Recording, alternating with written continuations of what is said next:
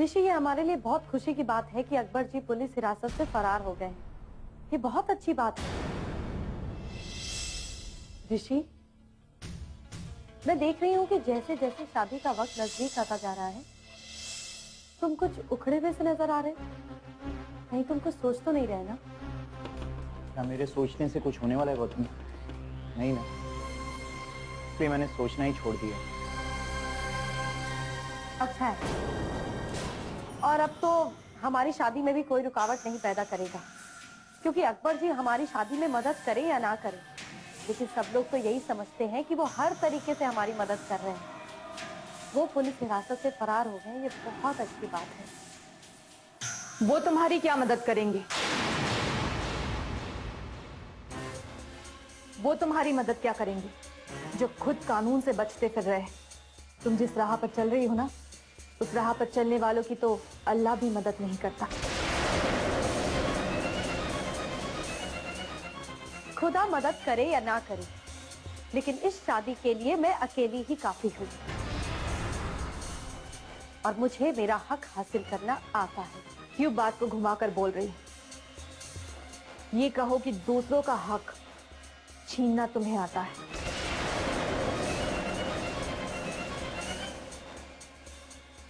उसके लिए चाहे जो भी चाल चलनी पड़े, जो भी साजिश रचनी पड़े, तुम्हारे कदम कभी पीछे नहीं हटते।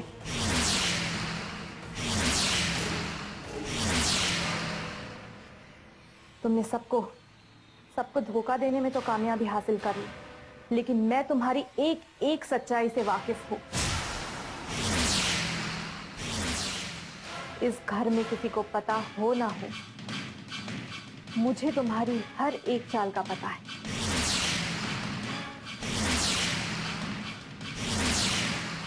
किस चाल की बात कर रही हो तुम? उस चाल की जिसे चलकर तुमने घर वालों को धोखा दिया कि तुम ऋषि के बच्चे की मां बनने वाली हो।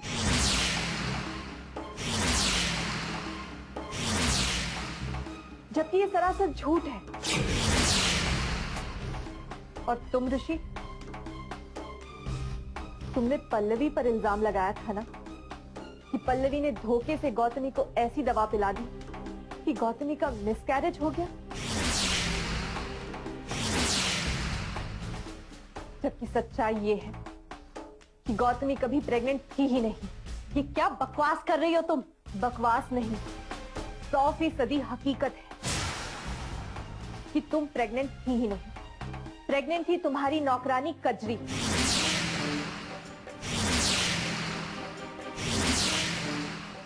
जिसका फायदा तुमने उठाया,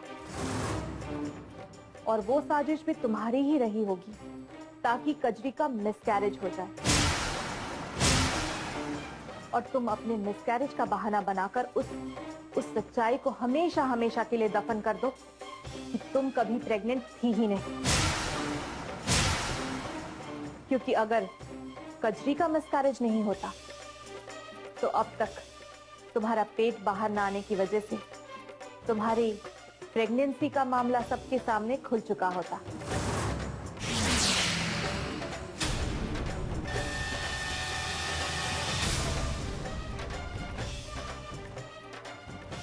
तुम्हें ये सच्चाई जानकर कोई हैरानी नहीं हुई ऋषि?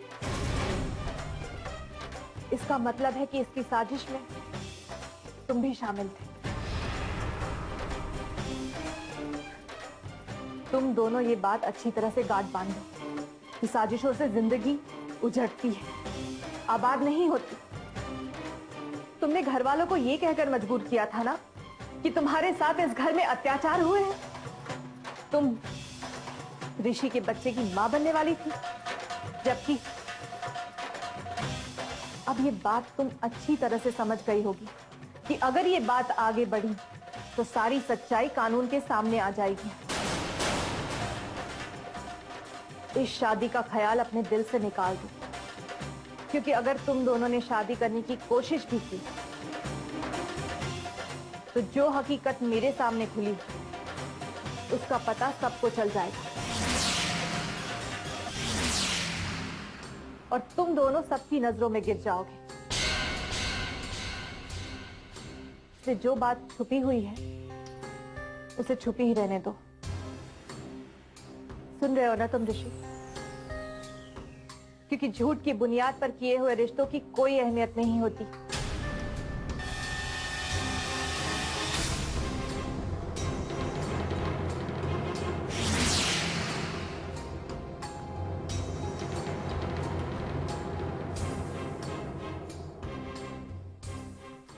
ऋषि, सुना तुमने?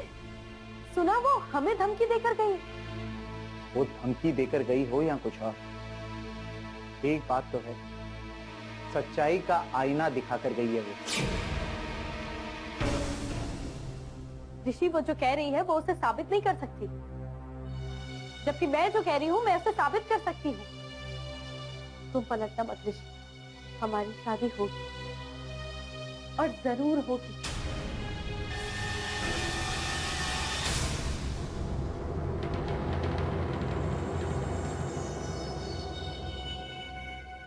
क्षमा जलती है।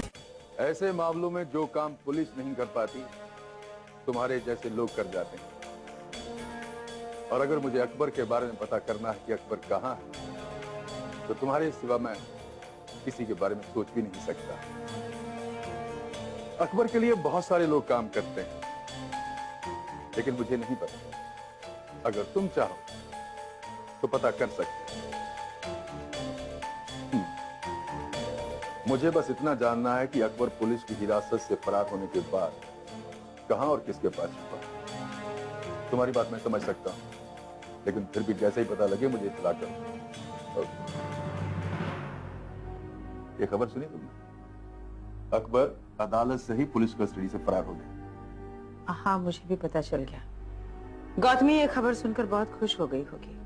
जाहिर सी बात, अकबर के फरार होने से उसकी ताकत बढ़ी गई। अरे हाँ, मैं तुम्हें बताना भूल गया, आज क्षमा बिटिया है। अच्छा, तो आपने उसे रोका क्यों नहीं? मैं भी उसे मिलना चाहती थी। मैंने रोकने की कोशिश की, लेकिन जब से उसने क्लिनिक खोला फंस गई बेचारी। कभी ये पेशेंट, कभी वो पेशेंट। क्या कहा उसने? उसने जो मुझे बात बताई, उस बात से मुझे बहुत ताज्जुब हुआ। पता नहीं वो किस आधार पर कह रही थी कि गौतमी अब खुद इस शादी से इनकार करे। हाँ दीदी, क्या वाकई शमा ने ऐसा कहा? हाँ, पल्लवी ने मुझे बताया था, और इस बात से मैं भी बहुत हैरान हूँ कि आखिर शमा ने ऐसा क्यों कहा।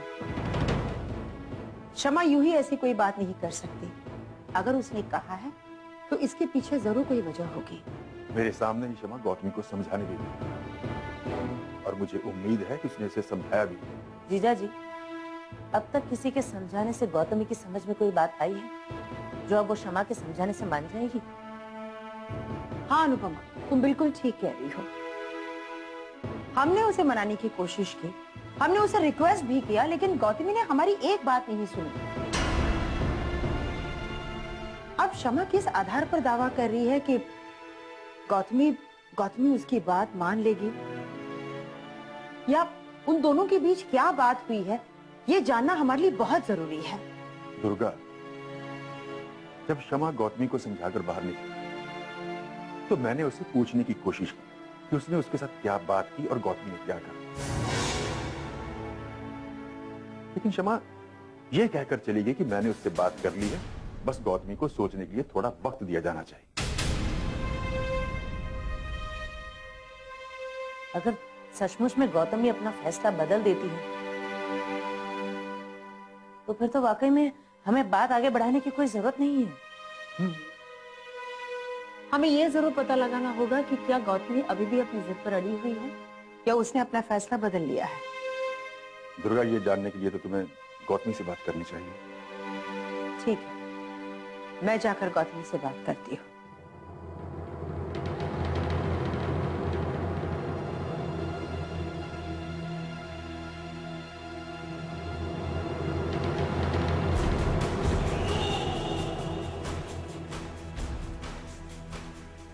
क्या बात है मैम साहब?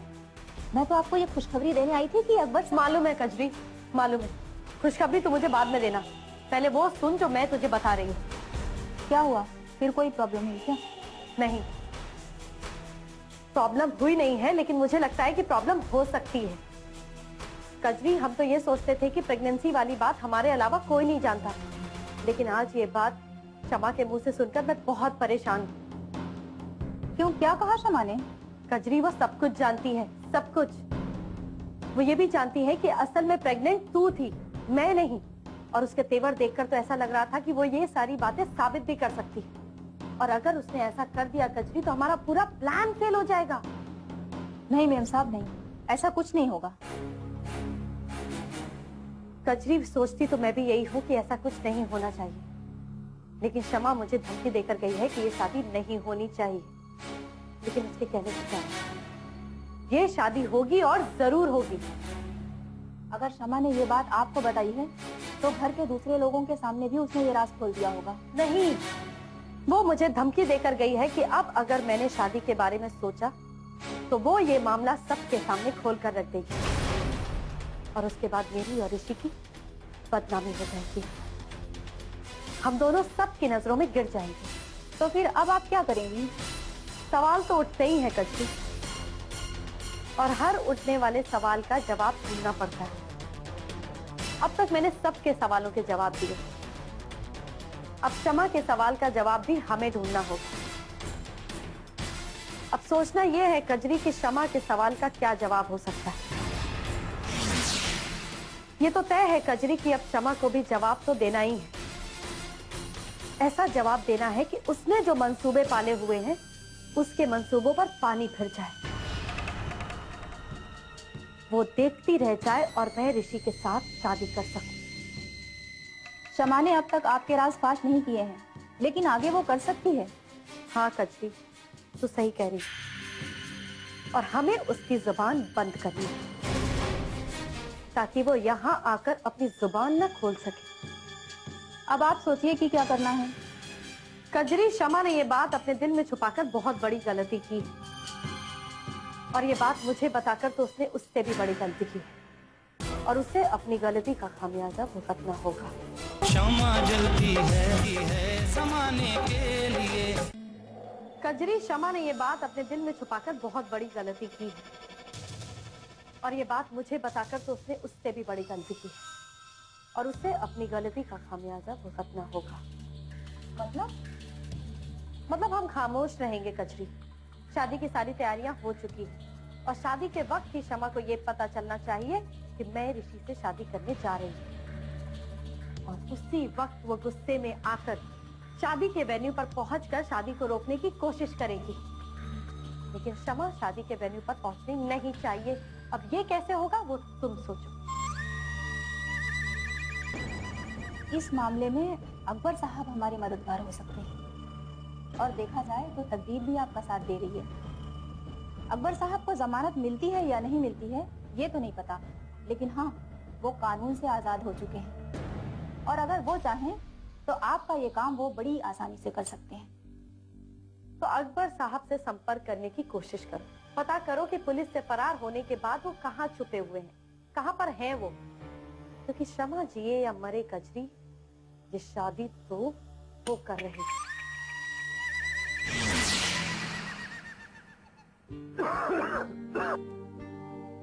क्या तकलीफ है आपको? खांसी काफी तेज है। खांसी तो कई दिनों से थी, 2 दिन से काफी बढ़ गई, और कल रात से तो बुखार भी हो। गहरी सांस लीजिए। खांसी कितने दिनों से आपको? खांसी को तो महीने गुजर गए। मैं सोचा खुद ब खुद ठीक हो जाएगी। इलाज के बारे में लापरवाही अच्छी नहीं होती, आपको चेक करवा लेना चाहिए।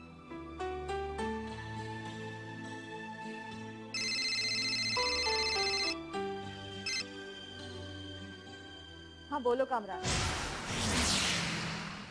अस्सलाम वालेकुम मोहतरमा। वालेकुम अस्सलाम। मोहतरमा, आपकी अल्तमश साहब से बातचीत हुई? जी नहीं।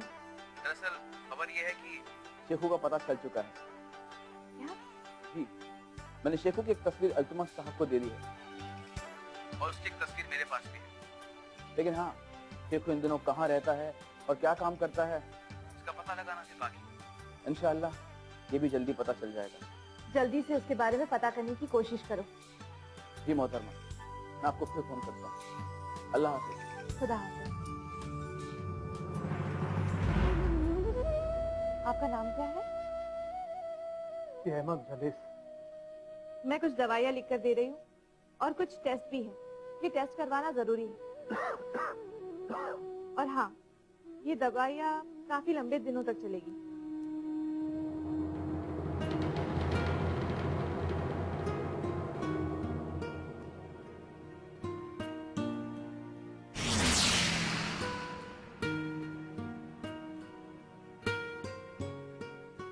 डॉक्टर साहिबा, ये दवाइयाँ कितने की होंगी? यही कुछ 600-700 रुपए की, और टेस्ट करवाने में पैसे लगेंगे।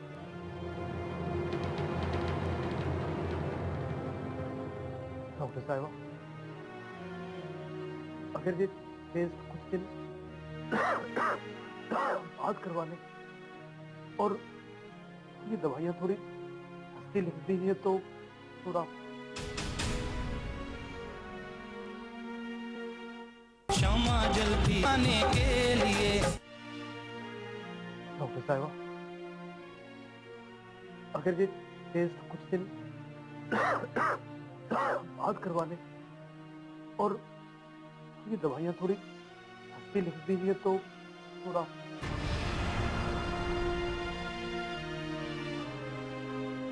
क्या बात है? पैसे की प्रॉब्लम है? मैं एक लेटर लिख कर देती हूँ। ये लेटर वहाँ दिखाइएगा। आपसे वहाँ कोई पैसे नहीं लेगा।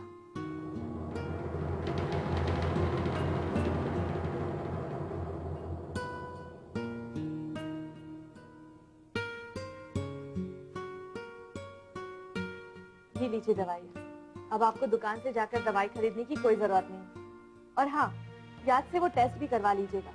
और जैसे ही टेस्ट की रिपोर्ट आ जाए तो उन्हें मुझे दिखाइएगा। शुक्रिया डॉक्टर। खुदा आपकी उम्र लंबी करे, हर खुशी मिले आपको, और मैं आपका ये एहसान जिंदगी भर नहीं भूलूं। ये दवाइयाँ कैसी लेनी है वो नर्स आपको समझा देगी। खुदा हाफिज। अल्लाह हाफिज।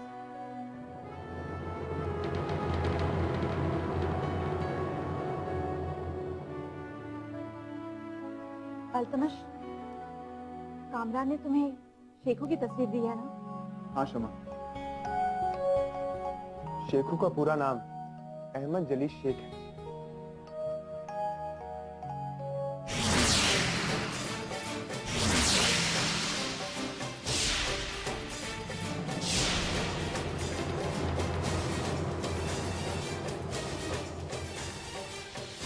क्या बात है शमा? क्या हुआ? ये आदमी तो अभी अभी आपके सामने से गया है। ये हमारे पास आया था अपना इलाज करवाने के लिए। हमने इसे दवाइयाँ भी दी, हमें दुआएं देकर निकला है। क्या? हाँ, जाइए, शायद अभी वो नर्स से बात कर रहा होगा। वो शेखू था? मैंने तो उसका चेहरा भी नहीं देखा। काश आपने उसका चेहरा देखा होता। जाइए, शायद वो बाहर खड़ा हो। मैं देखता हूँ।